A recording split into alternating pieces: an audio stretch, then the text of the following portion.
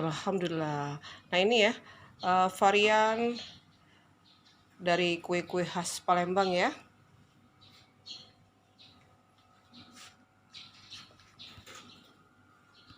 Ada kue maksubah nih.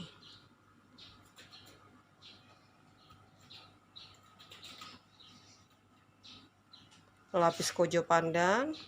Wow, cantiknya.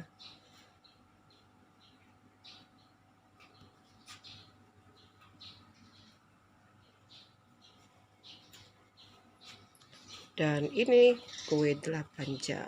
Kue yang dimasak dan cara dikukus selama 8 jam.